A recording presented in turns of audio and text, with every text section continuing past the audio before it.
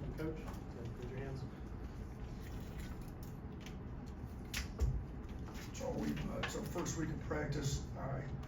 Obviously coming into the first week, you've got the 4 hours a week you've been allowed since the summer. We get the 8 weeks of the summer, and then we have 4 hours a week since the first day of school. So it's not entirely brand new like it used to be, but this is the first time we've been able to go, back-to-back days or multiple days in a week where you're going 2+ hours. So you're getting to see how some guys respond to longer practices.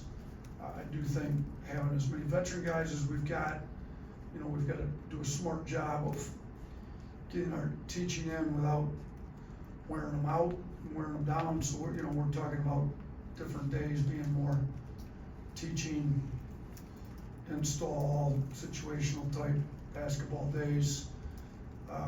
Right now this week we went Monday, Tuesday, gave them Wednesday off while I was out recruiting, and then we're gonna go Thursday, Friday, Saturday. Today was, we went hard, we went long. Tomorrow will be light day, and then Saturday we're gonna bring some SEC officials in to kind of have a closed inter-squad scrimmage. We're gonna have an open one here come up soon, but it's I like where we're at. It's nice to have 6 guys that have, in their 5th year of college basketball, 6 guys have scored 1,000 points in their career. It's helpful to have leadership, experience. It's been great, and I think it's going to help us in the long run. And we got some young talent that's playing great. And before we even get to it, so we've got a couple injuries.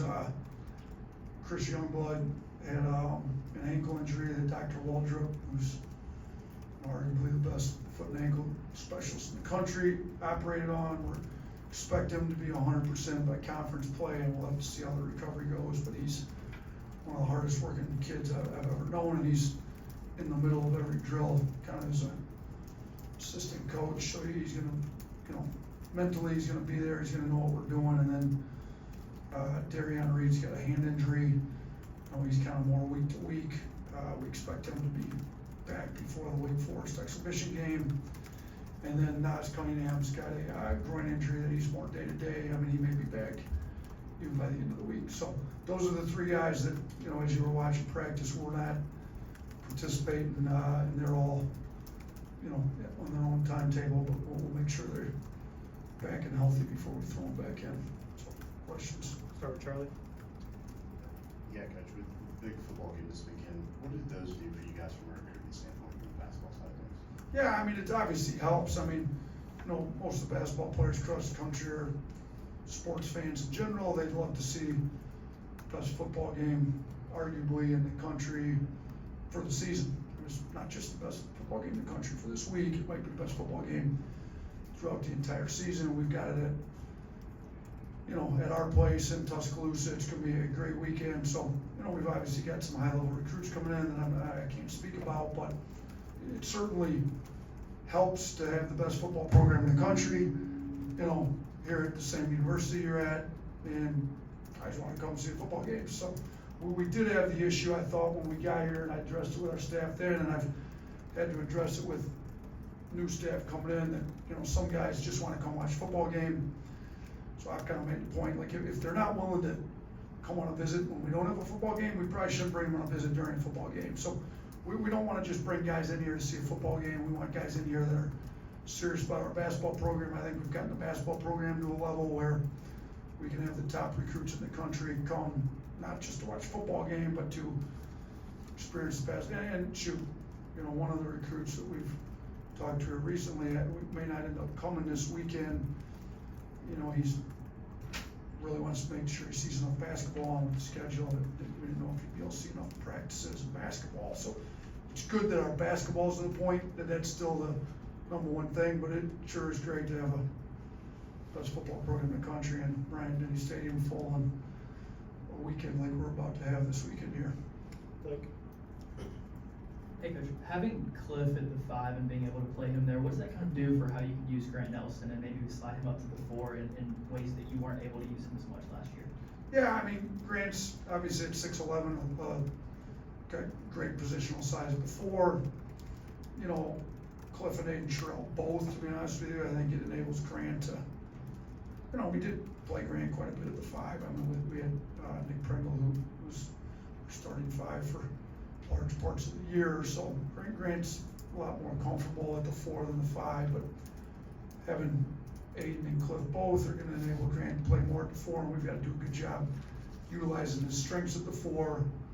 Aiden Sherrill can really shoot it and stretch it, so, if teams decide to guard Grant with the 4, we can put him in the post a little bit more and space Aiden Sherrill out, who's shooting it really well. Cliff's, kind of picking up, screening, and get our other screeners open. Grant's a great passer out of the post, but, we've got some different options that we're looking at playing Grant a majority of his minutes at the 4 this year. Up front, Katie. Obviously, just the nature of basketball now, it's a lot of turnover, but Mo Diabate is a guy that came back for his sophomore year. We saw him make a 3 just in our limited viewing period today. Just kind of what kind of growth have you seen from him, and why was it important to have him stick around in this program? Yeah, I mean, we had discussions with him, and he really wanted to come back, and we want to have guys that want to be in the program. We want them here. If we didn't have him, we don't win the Grand Canyon game, we don't make a Final Four on that. We don't even make it to the second weekend of the tournament. So for him to have his freshman year that he had, and he was the knapsack player of the year, it's best prep school league in the country. So he hit really good high school player. Took a little bit longer to kind of figure out our system. Like you mentioned, he hit the 3, which he didn't do a great job shooting it last year, but he still did a lot of things really well, including make tough plays, which, that's his strength. So he comes into that Grand Canyon game, immediately flips the momentum, gets some more boards, makes some tough plays. He's going to make tough plays. He's all over the glass. He's getting a lot better at kind of being a connector on offense, getting some of our great shooters open. And he's been in the gym working on a shot. So, we had that game there at the end that you guys were able to watch. He knocked the 3 down and made some good plays, made a tough finish at the rim. So, it's great to get the guys that are about the right culture back in your program, and then you just got to keep working to get his skill level up where we need it to get to. Nick. We've seen the general manager role become more and more of a thing. College basketball was going to say Bonaventure, and football as well. What do you see as the future of that role in college basketball and potentially here in Wisconsin? Yeah, I mean, it makes some sense with the way college basketball is going, with just how many transfers you get. You got to have your eye on, you can't recruit transfers in the summer, fall. You got to wait till the end. So if you don't know what's going on with all of them until your season's done, you might be a little behind. So I think it makes, and then obviously with the NIL, you got to balance a salary cap, if you will, or whatever your budget is. So having a GM makes some sense, I'll say, on our side. And I think program to program, it varies. In the NBA, everybody's got a GM, and the coach is in charge of coaching, and GM's in charge of putting the roster together. I'm not going to give up putting my roster together as the head coach. So, and I think Preston Murphy's done an unbelievable job. Really, he's a de facto GM, if you will, because he's in charge of the roster for the most part. Obviously, the other assistants are really good basketball coaches, and they're working really hard in recruiting. But if you look, I've hired those guys out of the NBA. Like, they didn't have a recruiting background, and then they do an unbelievable job working really hard at recruiting. But Preston's got the relationships all over the country, and he's got his fingerprints all over this roster. And I'm not sure it makes sense to have a GM here with kind of Preston's role and what he does. And I think him in combination with our analytics company we use, they've got a good feel on what's coming up in the transfer portal, what we're looking at doing with that. But I think for some programs it makes sense, and I'm not going to call Preston a GM because he's a really good coach, but he kind of fills that role in a big way for us here. Tony. You've spoken about LeBaron, but him and Aiden, how big are they going to be now, especially that Chris is out? And then with them being kind of young, how big is it too that you're able to return Mark and Latrell to kind of maybe provide some veteran guidance in the backcourt? Yeah, who are the two you asked about? Sorry. Aiden and LeBaron. Aiden Holloway. Yeah. I'm sorry. Oh, sorry. That's No, great. no. So Aiden and LeBaron have both adapted really well, and they're actually playing better than what I even thought they might have been playing coming in. I mean, like Aiden's shooting the ball at a ridiculously high level. He doesn't miss hardly anything when he's open. He's starting to make the right reads, and we've been working with him on, making great reads in the pick and roll as a point guard, making driving reads as well as he shoots it. Guys have to crowd him, then he gets in the paint, he's making those reads better. So with, Mark and Latrell and Aiden, we got 3 of the best shooters in the country, in my opinion. LeBaron's been an unbelievable two-way guard since he stepped on campus in June. And his defensive instincts, his toughness, his character, to be honest with you, it's been way better than what I thought it was going to be. And we all know he can score. I mean, he went to high school here up until his senior year, and he was one of the best scorers in the country. So scoring, we knew about. That's even been a little better than we thought, because he shoots it a little better than what I thought. He's not just a scorer, he can really shoot it. But I think I've been most surprised by just his competitive fire, his defensive instincts, and his toughness. And I mean, those guys are gonna play minutes. We're gonna be able to keep, Sears and Reitzel probably a little more fresh to close games, I would guess, and shoot Aiden and LeBaron maybe closing games too with how well they're playing it. We're gonna have to make some hard decisions on minutes. The good thing is we can play 4 guards. We've done that plenty of times here before. We can go a little bigger. Everybody's got to be great in their minutes, and they all knew coming here that, or deciding to stay here with 5 of them, that they're gonna have to sacrifice to have a chance to win at the highest level. But the good thing is we've had 2 guys drafted in the first round that didn't even average double figures. So you don't have to. There's plenty of guys in college that averaged 20 plus and never got drafted, never played a game in the NBA. So a lot of these guys are looking to play at the next level, and it's more about how efficient you are in your minutes than it is how many shots you give up, how many points you score. That's not really what they're looking for, and I think our guys are smart enough to realize that. Jack. Hey Nate, we heard you at the end kind of talk about battling through fatigue and some of those fitness things. How have you started to kind of see your team embody that sort of blue collar attitude that you preach? And then on top of that, obviously this team has a lot of outside noise coming in with how talented the roster looks. How have you kind of dealt with some of that early outside noise coming in? Yeah, so we're not big on conditioning on a track without a ball, just running sprints. That's, to me, you get in shape to play basketball by playing basketball really hard. And when you get tired, you keep playing really hard and push through it. And then you just keep pushing through it.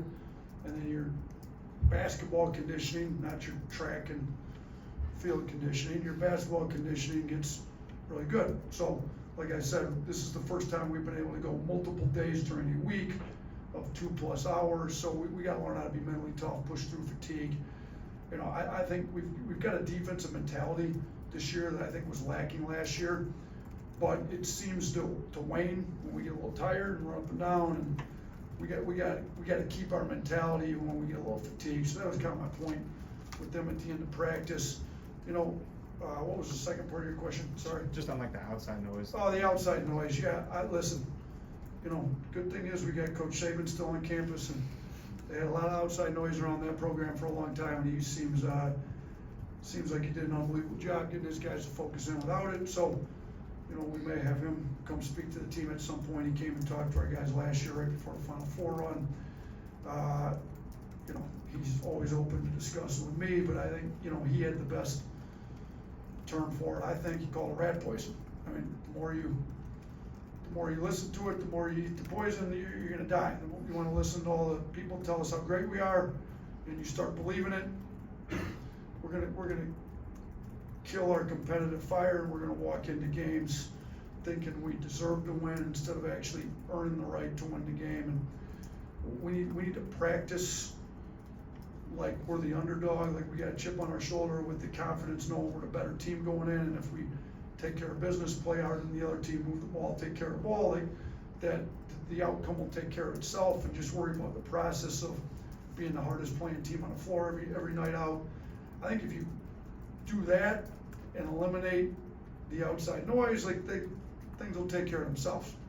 If you start to believe everybody telling you how great you are, and you don't put the work in, and then you're gonna take a step backwards and take a loss that we shouldn't take, and hopefully then wake them up, but hopefully we don't have too many of those this year. Two more. Hunter? What's been the message to transfers and freshmen about the emphasis and culture of blue collar hoops? Yeah, so, we chart the blue collar points every day in practice, we celebrate it, we talk about it, we explain it when they come in, like, we led the country in scoring last year, I think we've been top 10 in the country in scoring about every year I've been here, usually top 5. There can be a little bit of the Hollywood aspect to it, if you will, as fast as we play, as many threes as we take. We've broken multiple scoring records, multiple 3-point records, both here and in the SEC, nationally. And so teams, recruits can get enamored with offense. Look, we've had our best years when we've been ranked in the top 5 of defense. I mean, our second year here, we were 3rd in the country in defensive efficiency. We won the SEC regular season and tournament both, and made a Sweet 16. Our 4th year, we were 3rd in the country in defensive efficiency. We won the SEC regular season tournament both. We're the #1 overall seed, made a Sweet 16. Last year, we did break through and make our first Final Four, but the year in general, up until we decided to actually guard somebody in March, wasn't what we were looking for. Like, we have great seasons when we guard people. The blue collar mentality is about doing all the little things. It's supposed to be, you put your hard hat on, you go to work, every day, it's an everyday deal. That's what we're trying to get. We want practice to be as intense as it can possibly be every day. We want walkthroughs, whatever we do. You think about people that wear a hard hat or blue collar workers, they have to bring it every day. They don't get to take days off when they don't feel well. They come into work and they work hard. We're gonna come into work and we're gonna work hard, and it's not that we don't care about what's going on. We do care about our guys a lot off the court, but you gotta be able to manage whatever off the court is to bring your best effort to work every day, like every blue collar worker in America does. And that's what we're trying to get across these guys. Then we score the blue collar points. It's just as you all know, we're very analytical around here. It's an analytical way to measure what kind of effort you're giving every day in practice, and we celebrate that and talk about it a lot. Last one, Blake. Yeah, Coach, I know it's early and you haven't seen that much, but just how would you assess kind of the rim protection capabilities of this team, maybe compared to last year? Cliff's maybe best rim protector in the country. We knew it, and we went and targeted him in our spring recruiting because we needed to make a big change in that regard. I mean, he's, I think, got a 7'6" wingspan. He's got great instincts. He can. I thought he was one of the best defensive bigs in the country over the last few years in college basketball. Rutgers defense is always good, and he was a part of that. Obviously, they're very well coached on the defensive side of the ball there as well. They emphasize it, but he's got some natural instincts and some natural ability to protect the rim. And then Aiden Sherrell, 7 foot tall, great size, super coachable, wants to be great. You got both those guys that are going to play the bulk of your minutes at the 5. I think you've got some real rim protection. Then if you're, like we addressed earlier, when you got Grant Nelson, Jared Stevenson at 6'10", 6'11" at the 4, now even if your 5 somehow gets pulled away from the rim and your X4 is coming over to protect the rim, we got some real potential to protect the rim this year and not give up easy points at the rim like we did last year. And honestly, it still starts with the guards keeping the ball out of the lane. If the ball's coming down in the lane all day long, like it does, we talked a lot last year. Maybe we didn't have great rim protection all the time, but we also didn't keep the ball out of the lane very well either.